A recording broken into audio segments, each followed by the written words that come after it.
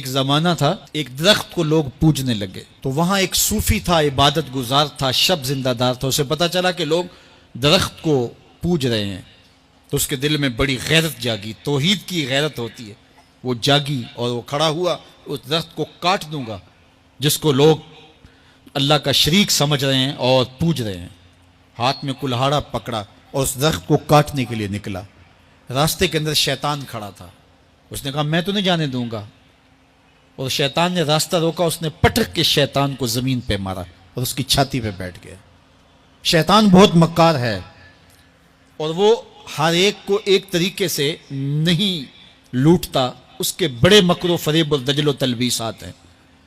اس نے دوسرا طریقہ اختیار کیا، اس نے کہا جناب آپ عبادت گزار ہیں، تہجد گزار ہیں، شب زندہ دار ہیں، آپ درخت کو کاٹیں گے، لوگ آپ کے مخالف ہو جائیں گے، پھر آپ کو ان کے مقابل کھڑا ہونا پڑے گا، اور سویرے شام لڑائی ہی لڑائی، آپ کی عبادتوں کے وقت میں خلل آئے گا۔ تو آپ نے ان کی قبر میں تھوڑا جانا ہے، آپ کی قبر اپنی ہے، ان کی قبر اپنی ہے، آپ چھوڑیے ان کو۔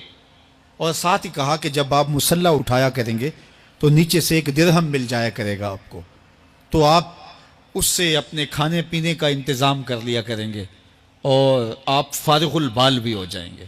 اس طرح باتوں میں لگایا اور وہ زاہد صاحب واپس آ گئے، نماز پڑھی، مصلی اٹھایا، درہم ملا، بڑے خوش ہوئے اور دلیلیں تراشنے لگے۔ واقعی مجھے کیا لگی، تمہیں غیر سے کیا، تم اپنی نبیڑو، تم اپنی قبر میں جانا ہے، جائیں وہ بھاڑ میں، مجھے کیا لگے، مجھے ان کے بارے میں کیا پوچھا جانا ہے۔ نمازیں پڑھتا ہے، ہر نماز کے بعد مصلی اٹھاتا ہے تو 1 درہم ملتا ہے۔ کافی دن گزر گیا، دل بھی آہستہ آہستہ مردہ ہو گیا۔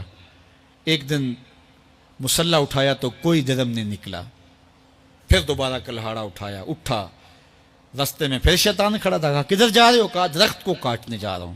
شیطان نے کہا میں تو نہیں جانے دوں گا۔ اس کو تجربہ تھا کہ میں اس کو پٹک کے زمین پہ مارا تھا، یہ میرے سے طاقتور تو ہے ہی نہیں، اس نے پھر گریبان سے پکڑ لیا، شیطان نے پٹک کے زمین پہ مارا اور چھاتی پہ بیٹھ گیا۔ وہ زاہد صاحب پریشان ہو گئے، شیطان کو کہنے لگے کہ یہ کیسے ہوا، میرا تو تجربہ ماضی کا یہ تھا کہ میں طاقتور ہوں تم کمزور ہو، لیکن اب تم نے پٹک کے مجھے زمین پہ مارا۔ تو کہا صاحب اس دن تم اللہ کی رضا کے لیے جا رہے تھے، آج تم درہم کے لیے جا رہے ہو۔ تو جب عمل میں خلوص نہیں رہتا تو پھر عمل نہیں رہتا، عمل میں قوت نہیں رہتی، پھر سجدے بے روح ہو جاتے ہیں، نمازیں بے ذوق ہو جاتی ہیں، صفیں کج دل پریشاں، سجدے بے ذوق کہ وہ جذب اندروں باقی نہیں۔ نماز روزہ حج زکوٰۃ سب کچھ ہے باقی مگر تو باقی نہیں۔ پھر سب کچھ چلتا رہتا ہے لیکن رسم ہوتی ہے، لا یبقى من الاسلام الا اسمہ ولا یبقى من القرآن الا رسمہ۔ پھر قرآن پڑھا جاتا ہے، رسم ہوتا ہے، قرآن دل کو پھر نہیں بدلتا، اس لیے کہ رسم ادا ہو رہی ہوتی ہے۔ جب رسم ادا ہو رہی ہو تو پھر قرآن دل کو نہیں بدلتا۔ جب قرآن کے طور پہ پڑھا جا رہا ہو پھر یہ دلوں میں رنگ اتارتا ہے اور معرفت کا نور دیتا ہے اور دلوں کے زنگ اتارتا ہے۔